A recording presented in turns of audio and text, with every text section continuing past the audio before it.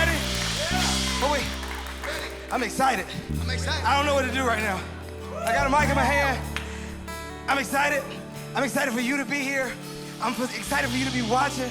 I know this service will bless your life. Worship. Go get you some Kleenex because you might cry. And then go get you another box of Kleenex for the message, because we just moving in the spirit. Amen. Let's go, y'all. God, we're here to worship you. You're greater than I know. God, we're here to worship you. You're greater than I know. You give life. You are love. You bring light to the darkness. You give hope. You restore every heart that is broken. Great are you, Lord. We sing. It's your breath in our lungs, so we pour out. We pour out. It's your breath in our lungs, so we pour out our praise to you only. Oh, great are you, Lord. You give life, you are love, you bring light to the darkness. You give hope, you restore every heart that is broken. Great are you, Lord. It's your breath in our lungs, so we pour out our praise. We pour out our praise. It's your breath in our lungs, so we pour out our praise to you only. It's your breath in our lungs, so we pour out our praise. We pour out our praise. It's your breath in our lungs, so we pour out our praise to you only. And great are you, Lord. Greater than I know. Greater than I know. Greater than I know. And all the earth will shout your praise. Our hearts will cry. These bones will sing. Great are you, Lord. And all the earth, will shout your our hearts will cry. These bones will sing. Great are you, Lord. Great are you, Lord. Hey, we sing all the earth.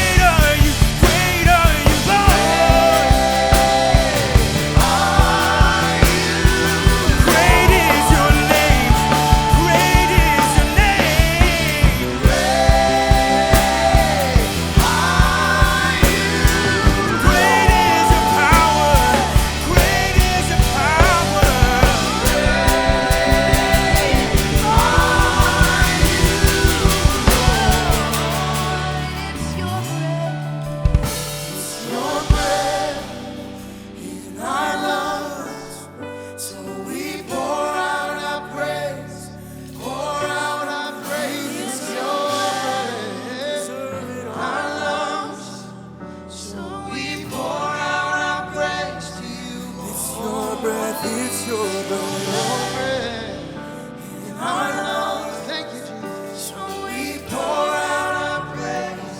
You deserve the glory, God. pour out our praise. We pour out our praise to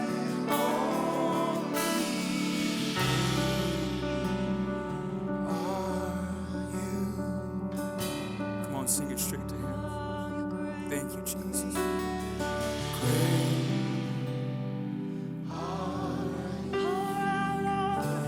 You Pour deserve, out our praise. you deserve. Pour out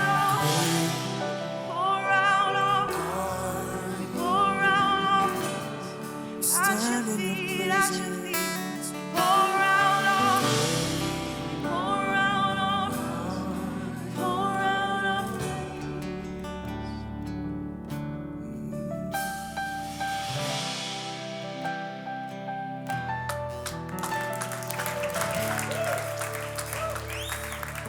Tiny Church, today I'm going to talk about jealousy and envy. I know you're really excited about that, aren't you? Jealousy and envy. So don't turn this off yet. I want to talk about this story that's found in the ancient Hebrew text. It's about this king who went crazy. His name is King Saul. He's the very first king in all of Israel, and he reigned for around 20-ish years. And then his predecessor, we're going to talk about him, his name is David. Now, you might know David. David was a shepherd boy, and he slain this massive giant named Goliath. The story we're looking at here is King of Israel, King Saul, up against the Philistines, this massive giant named Goliath. And David was a part of this battle. He throws a stone right in the middle of his head and knocks him dead. And then what takes place next is pretty interesting. They're going back to the Israel camp, and they're all awaiting King Saul. Remember, he's the king of Israel. They're waiting. They have a parade. This would have been custom whenever they would have won a battle. And there's a huge parade. There's cymbals. There's musical instruments. There's dancing in the streets. And then a song breaks out, this really, really great song. And these ladies begin to sing. They say, Saul has killed his thousands. Oh, man. Thousands. This is good. But then the song takes an interesting little turn. It says, David, his tens of thousands. Now, wait a minute. Saul, thousands. David, tens of thousands. And here's where we pick up in this story. In 1 Samuel chapter 18, verse 8. Saul was very angry. This refrain displeased him. They have credited David with tens of thousands, he thought, but me with only thousands. What more can he get but the kingdom? You see, he thought, David was coming for his crown. Verse 9 says this, and from that time on, Saul kept a jealous eye on David. Later in the story, it says that there's an evil spirit that overtook Saul, and then he would have grabbed his spear in his house, and he hurled it at David 2 times. Twice. And David got away. Not once, but twice. He gets away. And this is what Saul is actually thinking to himself. I'm going to pin David to the wall. That's what Saul's thinking and feeling as he throws these spears. See, envy and jealousy can produce some really crazy, wild things, can't it? These death wishes upon other people, this anger, this rage, this discontentment, this type of comparison. I don't have what I want, so I'm going to throw spears at those things. See, envy and jealousy, it's crazy. Now, in our culture, it's easy to spot jealousy and envy, isn't it? Like, we can see it on Twitter, we can see it on the news headlines, we can see it on Instagram. We can even spot people like, oh, she's envious and he's jealous, and they're always comparing one another. It's easy to spot in our culture today. But here's the question that you and I have to ask ourselves. Where is there envy and jealousy in me? Here's what I've found about my own life is that envy and jealousy for me has distracted me and deterred me more than anything from my purpose and from experiencing peace. It's jealousy and it's envy. This idea of being distracted, I'll illustrate it this way. Whenever I go to the gym, I have my AirPods so I can listen to podcasts or books. I have my exercise for that day, everything plotted out. I know exactly what I'm doing so I don't get distracted. I'm in and out. I'm not there to play around. I'm focused, hyper-focused is how I am. So get my volume all the way turned up. I don't want to be distracted by anything. And this one time, just a few weeks ago, I'm literally sitting there. I'm listening to something, a book or a podcast. Headphones in the middle of my set. And I hear yelling taking place down the way in the weight room. I mean, I heard it. Everyone heard it. So it's like I kind of turned down my volume and I look down. There's this guy. He's yelling all of his reps. He's like, 1, 2. And then he says this. I cannot make these stories up. He's like, almost done.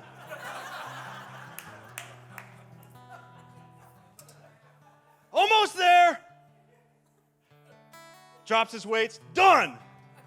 Then he turns around and look, I'm like, either this guy has zero self-awareness or he likes having all the attention on him. But I tell you the truth, it completely distracted me. I couldn't remember what I was listening to. I couldn't remember what set I was in. I didn't remember what exercise I was doing. I was like, listen, one thought I had was like, look at this guy just encouraging himself. Man. But I was overly distracted. And I think in the same way, this is what jealousy and envy can do in our lives. You look at Saul's story. He was so distracted. He was the king of Israel. He had a job to lead the Israelites well. This predecessor, David, instead of being a predecessor, it could have been a protege. He could have taught him and led him well. Instead, he spent the rest of his life hunting David down through the hills, trying to kill him. And then he was wounded so bad, Saul, in a battle, that he eventually just took his own life.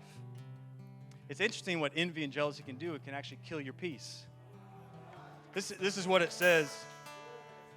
Proverbs 14:30 says this, a heart at peace gives life to the body, but envy rots the bones. Envy rots the bones. This word bones, it's giving extra emphasis to the inner person, the inner man, the inner woman, the bones of the inside. It's your entire essence. We would say this word soul in the English, but it's the word nephesh in Hebrew. It's the entire being, and envy has the potential to rot from the inside out. So what do we do to discard envy in our lives? How do we discard jealousy out of our lives so then the bones don't rot?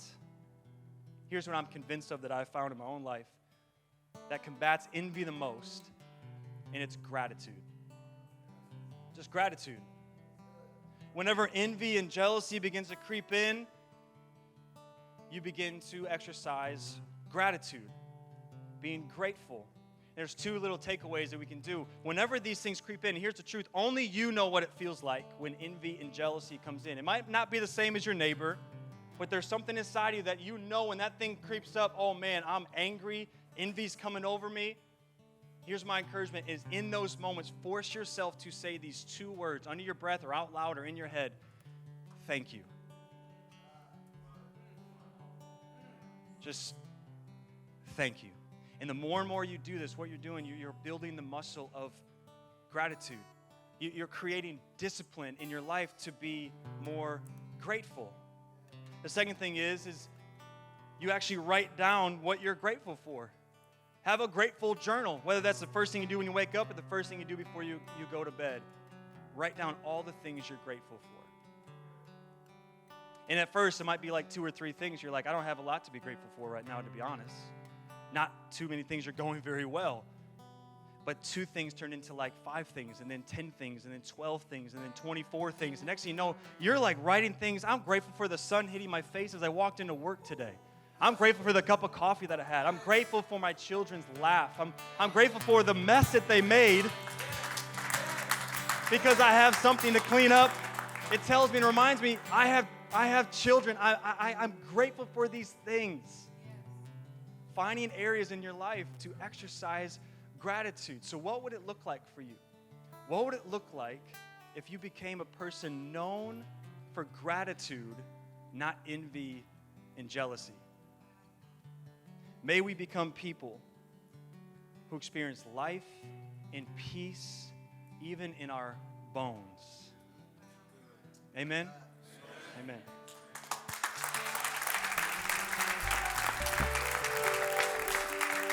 Amen. Amen.